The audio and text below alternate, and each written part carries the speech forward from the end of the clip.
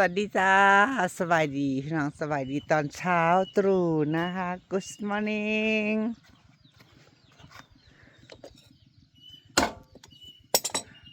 ตื่นมาเข้ามาเกือบป่าพี่น้องมาเกือบลูกสาวก่อนจ้าแหนแดงบ่อ่อยเอาให้กระสอบหนึ่งจังว่าเน่าหรือจ้าพี่น้องคือเหม็นหุยๆเถอะนั่งเอาให้ป่ากินเด้อพี่น้องบ่อ่อยว่างัวก็กินคือกันนั่งกิน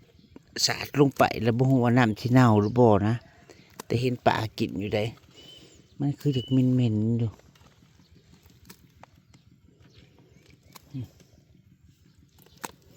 แต่ก็มันเน่าหรอจักสอบหนึ่งนางเทลงไปแล้วนางเทลงไปแล้ว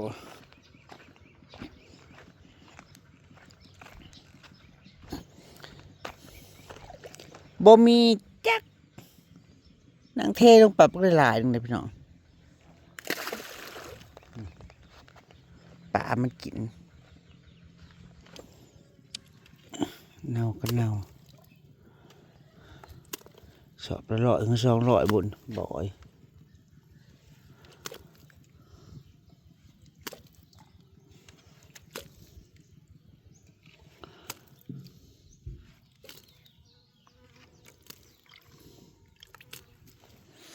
จะเทออกก่อน2 มื้อเลย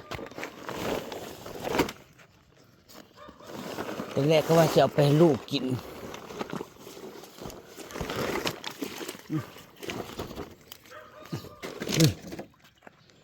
แต่แรกนั่งว่าจะไปให้ลูกนั่งกิน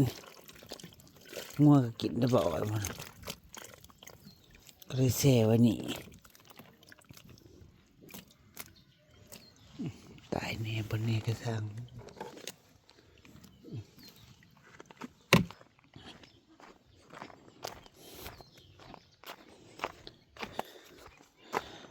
มันมีออกซิเจนเด้โอ้ยสั่งซีเลี่ยงสั่งมาให้อยู่บ่ฮู้สิได้บ่ได้เด้อว่าอาหารนางนี่แน่อันนี้นางซื้อถังมาใส่ขอบคุณอ้ายเด้อจ้าที่ให้ข้าวอาหารมาเลี้ยงป่าบัดปลาใหญ่มาหรือมากินเด้อมาปิ้งมานั่งปิ้งอยู่ตูบเด้อจ้าเด้อผู้บริหารข้าวอาหารก็มาคือการยินดีต้อนรับคือเงียบดิมเถอะล่ะกินไหมลูกเดี๋ยวหนุ่ยเนี่ยกินลูกกิน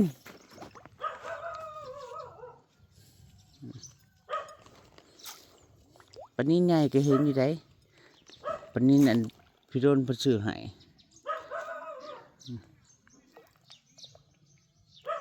เป็นใหญ่รัว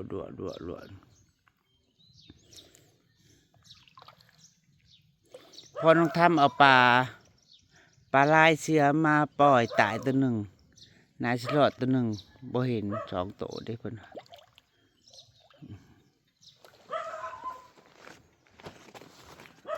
เกลือนั่งก็สิเกลือค่อยๆใหญ่ๆไป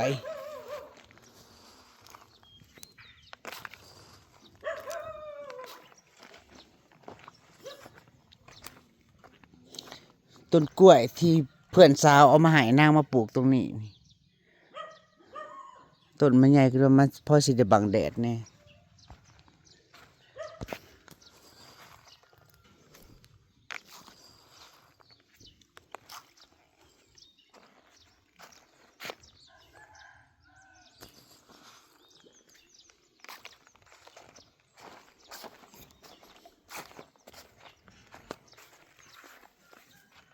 หลายคนบอกขกใหญ่ไว้ดีเด้อมันสิเหี่ย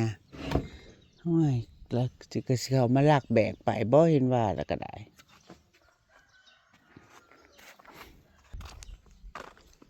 มาเขียยาวนางออกกันเด้อจะได้ปิ้งตำแจ่วแล้วนี่ไงอันนี้แบบโบราณเดี๋ยวนี้ แล้วมีต้นแบบลายพร้อมนะกึ่งคล้ายกันออกมากแล้วนี่2-3ต้นนี่บ่งามเป็นเพี้ยไม่สวยเลยหมากมัน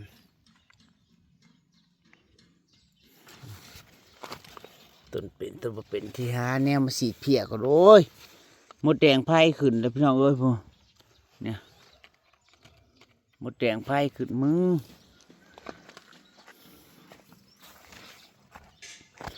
ครัวนี่ก็ยังบ่แลกเถื่อยังบ่ได้เฮ็ดสิต้องได้ไปหาซื้อใหม่เอง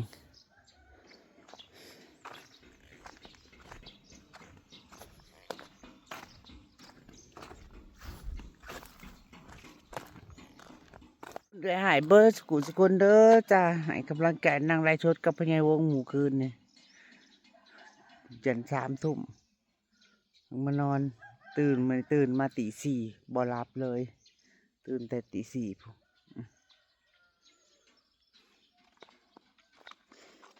ก็สวยๆจักหน่อยพังเบิงพอนางสั่งหินกับทรายมาบอกให้เมียพญาเลินเบิงให้เด้อไว้เขาเทมองใดสั่งล็อกใหญ่เลยจะได้ขอบคุณคุณพี่แต่ด้วยจ้าเมื่อคืนนะจ๊ะเนาะพอดีได้พี่แต่ละกาที่น้องนกแล้วก็หลายๆคนเนาะจ๊ะเนาะแล้วก็เอื้อยทั้งเมกาเอื้อยดาวันทั้งเมกาด้วยจ้ะนางสั่งหินทรายมาสุดใหญ่เลยเพราะมันจะต้องเทแล้วก็น่าจะเกือบ10,000พุ่นละมั้งทางเบิ่งว่าบ่ฮู้ว่าเท่าไหร่บ่ฮู้ว่าเท่าไหร่ว่าจักบาทรถใหญ่เป็นคู่รถใหญ่หลายคนบอกโอ้ยกินมาเกี้ยให้เบาอันเมื่อต่ำกินเนี่ยเบาวงมันบ่ค่อยโดกเลยพี่น้องพอเก็บกินประจำเลยแล้วเพื่อสร้างเพิ่นก็มาเอามากินบ่นางพอนางบอกเพิ่นถ้ามีกับแกล้มมายังเป็นผักเป็นหญ้าละย่างเขามาเริ่มมะเขือมะแกง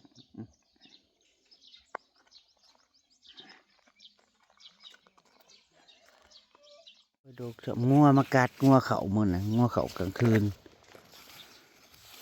ยอดมะม่วงนางก็ไปเลยอันนี้มะม่วงแอปเปิ้ลเลยพี่น้องอยากได้อีกจัก2 เบี้ยอยู่มะม่วงแอปเปิ้ลไปปลูกข้างหน้าบ้านยามมันเป็นหมากแล้วมันสิได้งามเด้นางงามหมากมันสิหาในหมกแตงมาพังอีกก่อนพัง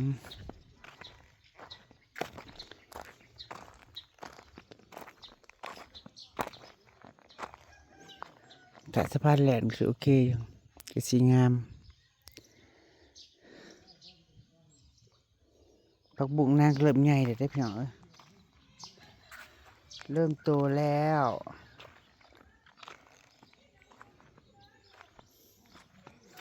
ฟางมือก็เริ่มเป็นหมากแล้วนี่สิหาดอกตะปูมาซ้ำก่อนหาดอกตะปูมาซ้ำให้นางติดหมากก่อนพี่น้องเอ้ยต้องซ้ำยามเศร้า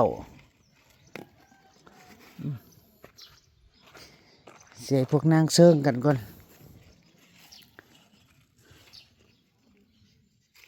เอาเกสรมันจำลงไปนี่ติดนะลูกนะนี่จำค่านี่เลยมึง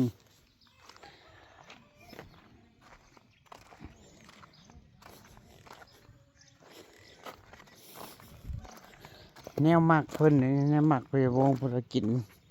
ลวกผักจำแจ่วแล้วก็แล้วเพิ่นว่า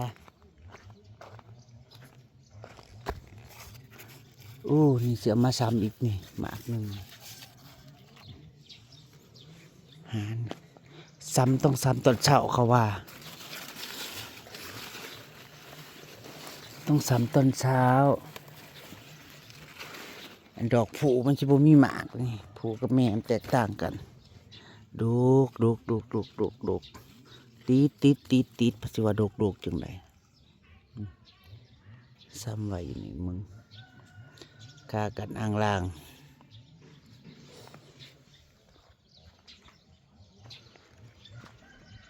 ให้เมียพญาเลิศได้เบิ่งให้ว่าหินทรายจะมาตอนใด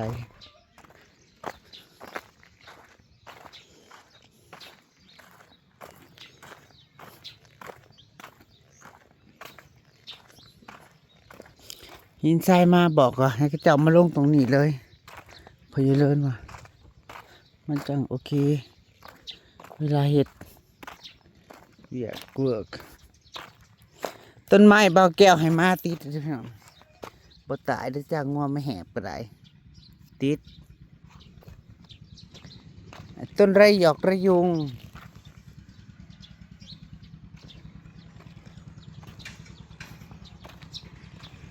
ต้นดอกไม้นางถ้าได้เก็บขยะไปจูดอยู่พี่น้องเอ้ยมันต้องได้จูดด้วยนี่สิหานายหมักแตงมาปลูกอีกอยู่แถวนี้เรือในถั่วดินเนาะในถั่วดินที่สาววันหายก็เสียมาปลูกจากแถว2 แถวอันนี้มันต้นกระท่อนคุดไปแล้วเด้อพี่น้องระมุดสิบกินหมากบ่ได้ระมุด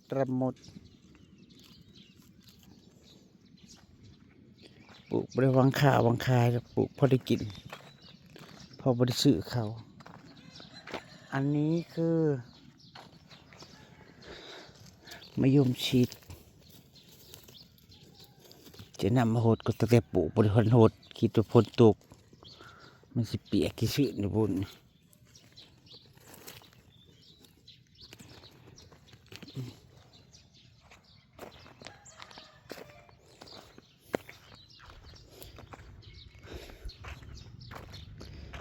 เดินกับกวางอยู่สิเฮ็ดแต่ขี้จัดสวนในบริจัดสวนบ่เป็นคันว่าจัดแถวข้างหน้าพะยันมันอันนี่พะนะอย่ามันโหกก็คือสิปลูกแต่แค่รอบหัวข้างหน้าก็จะปล่อยโล่งเลยกลางนี่ก็สิปลูกนั่นนี่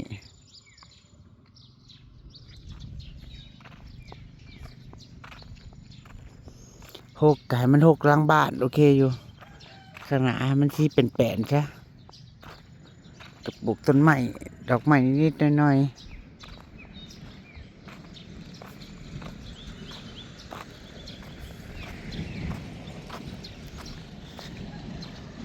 ตอนนี้เวลาก็6:30เลยพี่น้องตะเวนขึ้นบักสูงๆเลย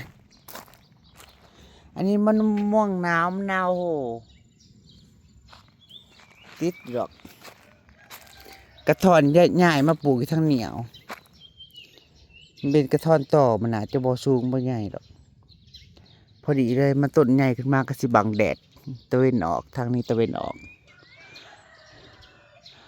เบิ่งก่อนต้นกอกต้นกูงก็มันเอ็นไปทางนั้นว่าสิได้ตัดหรือบ่ได้ตัดให้มันผ่านปีนี้ไปก่อนถ้ามันบ่โอเคจังไรก็ค่อยตัดพอดินตอนนี้เป็นดินของยายบุญด้วยเนาะเป็นดินของยายบุญแต่ยายรุ่นมาปลูกผักปลูกหญ้าพอได้ปลูกทั่วพอได้เก็บพอได้ขายเพิ่นปลูกอ้อยบ่ฮู้สิติดหรือบ่นางได้เป็นคนเฮ็ดพี่น้องเป็นคนเฮ็ดใบตาดินที่นางเฮ็ดก็มีน้องสาวหลาเนาะที่บวชอยู่ไทยนางก็เฮ็ดใบตาดินให้ใบขอบทองให้กับของยายบุญทั้งข้าววัดข้าแทกนางก็คนเป็นคนจ่ายเสียใบตะดอกตะดินใบขอบทองเฮ็ดให้เบิดทุกคนในเฮือนนะ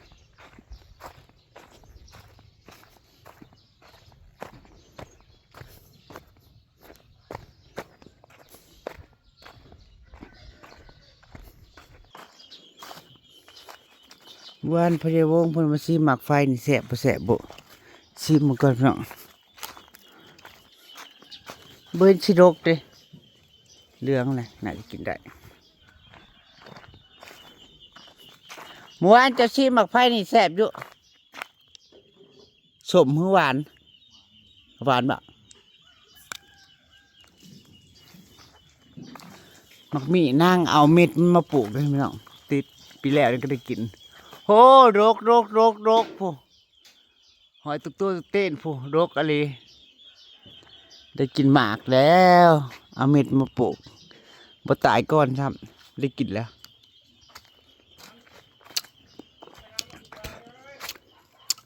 อันนี้มักนาวเลยพี่น้องต้นมักนาวนางเอามาปลูกนางเอาเบียดน้อยๆมาปลูก2 ต้นนางสิมาต่ออยู่นางสิมาต่อกิ่งมันจะปลูกอยู่สวนไว้อยู่สวนอยู่ปลูกไว้อยู่สวนน่าสิเป็นเพราะได้กินหมากมันชุ่มตลอดแล้วมันน่าสิเป็นหมากอยู่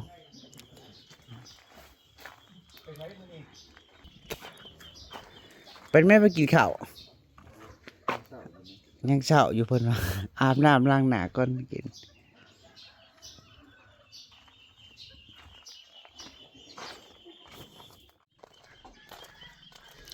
ว่าสิลงเมืองซองเมืองป่าสาวันขันย่างลงไปพุ่น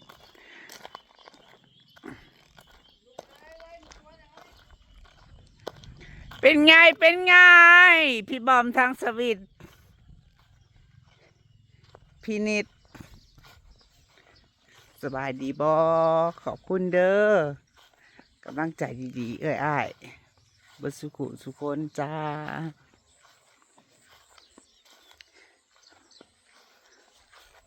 ตุลงพี่บอมแล้วได้นอนแล้วบอนี้อยู่สวิตนี่มันจะโมงแล้วนี่นะปกติเราตื่นนี่ประมาณ9 โมงหรือ10 โมงไปเหตุงานมันนี่ไปคือทักมาแต่เช้าแท้เดี๋ยวสิไปบ้านนางสีก่อนมาเปลี่ยนผ้าพ่อใหญ่ผ้าเบามิตรบ่าวพ่อใหญ่ปะผ้าเบาวงผ้าวงไปเด่นบ้านนางสีไปนั่งเด่นกับนางสีนางเถาแล้วก็สิไปเอาของสะเบาหูพังของเบาสุกสิเพิ่น เพิ่นสั่งของมาลงบ้านเจสีเดี๋ยวเพิ่นคิดว่าอันของเพิ่นน่ะสิฮอดมือที่เพิ่นมามันเกิดนางคิดว่ามันสิฮอดไวแต่มันบ่มันยังบ่ฮอดเดี๋ยวบัดทีนี้ก็สิได้ไปเอาแล้วครับส่งต่อให้เพิ่นอยู่บ้านเพิ่นแล้วก็ของอ่านเสร็จก็งงๆอยู่อาริต้านะบอกอาริต้าทักมาว่าของอาริต้าบอกจังใดนี่แหละอาริต้ากับผูกแขนอำมาลาที่บอสุเพิ่นเปลี่ยนนามว่า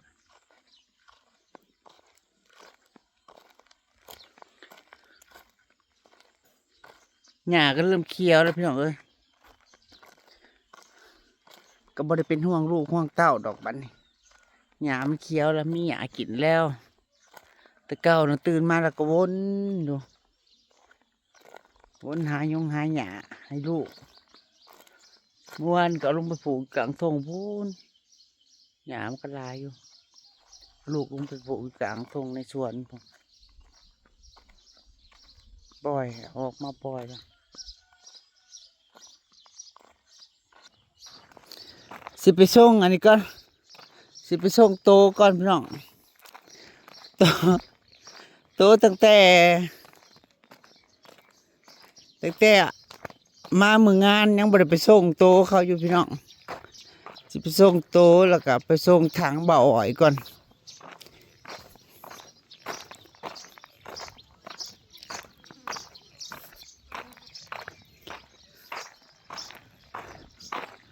มันนับเบิ่งของโตก็บ่ซะเอามาไปได้ดอก2 สุดเก้าอี้10 ตัว2 4 6 8 10ผ้านี่4 ผืนผ้านี่4 ผืนดอกซ่อนกลิ่นนางมันเป็นดอกวังใดดอกดกว่าสิมาต่อยอดมื้อใดไปปลูกก็ลืมมื้อนั้นมาต่อออกงากิ่งชูงมันเนี่ยมันเป็นพุ่มดอกอันนี้นางใหญ่เลยถามโดนแดดมันจะออกดอกมันอยู่ห่มเลยพี่น้องมันอยู่ห่มต้นอันนี้นางจากผู้ใดมาหลากตัดออกพี่น้องพุ่มบักใหญ่ๆไปเลยผมมาตัดของนาง อะไรคะคุณพี่คนสวย จ้าไม่สวยเท่าหนูหรอกค่ะ พี่น้องจำได้บ่แม่ค้าตลาดนัดที่นางอันที่หลายคนนั่นที่หลายคนนั่นอันแซวนางนั่นแหละที่นางไปซื้อปิ้งไก่นั่นแหละปิ้งไก่ถือแล้วปิ้งไก่ไต่ห้าปิ้งไก่แพงปิ้งไก่เป็นที่หลายคนก็หัวมาลากัดแม่ค้า จ้า มาพี่ ไปดักไป ก็ขี่มาเลยกู นั่น สิเกณฑ์น้ำมันบ่ เห็นอร่อย ปิ้งไก่จ้าปิ้งไก่ปิ้งไก่มาขาย อร่อยถ้าคือเจอเลยว่าเนี่ยยังบ้านก็ยังเขางามทะเลาะค่ะหน่อไม้งามเลย ปิ้งไก่ปิ้งไก่ กระเสียแท้เลยมันอ่อนเลยฝนตกเลยมันนั่งมันหมอกทั้งฝนตกนะ คือแยกนั่นไรนี่นะ เนี่ยตัวเช้าหากับอันตัวเช้าได้เลยเอาลงตีหน่อยเอาลงต่ำตีมันเห็นนะกับแม่มาเสียงดีละ เขาเอากระป๋องเงินเห็นกว่าในตู้เขานอนน่ะไป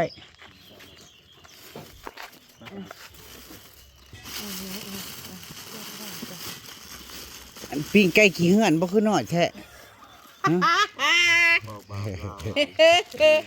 ไก่บักติตุไหนน้อยไม่ใช่ว่าปลาไก่ อันนี้ผัดมันคือแตกต่างกัน ตัว ใช่ นี้เช้าบาทกับตัวนี้ก็เช้าหาเนี่ยน้อยปีกกับเช้าหา อันนี้พวกหัวกับตีนมัน แม เนาะ นเช้าบาทอีหล่ะ เอาแม่เลือกเอาแม่ เอาตัวปีก จะกินตีนกับหัวมัน นั่นดิ โอ้ย มันขายดีอะไรดีไรลอย มักคนละอย่างกันเนาะ แม่นอันพวกนี้มันจะเบิดก่อนปีกเถื่อ เอาสองอันนี้ ปิ่งละเช้าอีร้อยกับเช้าหายนะ ถามมึงกินจะทำถามกินจะปิ้งไก่พ่อจำหนาว ไปเวียงคือมาไวถ้าไปเที่ยวซื้อๆบ่ร้อยเห็นไปเวียง ไปเลย ไปเวียง ไปหาเมื่อ สมพักยุ บ่มีได้น้อยยังบ่ได้ โอ้ยเขาลืมป้าไปเก็บมาขั้นจะว่าเมื่อวานเขาก็ลืมเลย อยากกินตอนนี้เพราะว่าเขาก็จะไปเก็บตอนมันก็บ่ทัน ลืมเมื่อวานนี่เว้ากันอยู่ได้ว่าจะได้ชมพักเสียน อันนี้เรื่องร้านนี้ก็ขาย นั่นแล้วไปขอซื้อแล้วมาขั้น ซื้อแล้วก็มาคั่นกินเองแซ่บกล้วยเนาะ เขาเอาเงินกันเท่าไหรนะ70 บาทล่ะอัน 70 อันนั้นเขาก็สร้างในขั้นไปหาอีเด้สมพเกียรตินะกระไรหนึ่งบ่ได้ขั้นไปมันนั่นห้องร้านนี่เล่ามันก็ว่ามันท่านได้ออกหลายค่ะ แม่นแท้เจ้าน่ะไปขายปิ้งไก่แล้วพ่อผสมผักเสียนน่ะกินคู่กันแล้วก็สิแซ่บ เพราะว่าปีแล้วได้แม่ก็เห็นแล้วนะ มันลาพาจากกันเด้อจ้าเกินขอบคุณคอมเมนต์ขอบคุณทุกกำลังใจขอบคุณนายเบิร์ดสกุลทุกคนเด้อจ้าที่ขอแห่งกำลังใจตลอดมาบ่ถิ่มบ่ปานางกระเทยเถ่า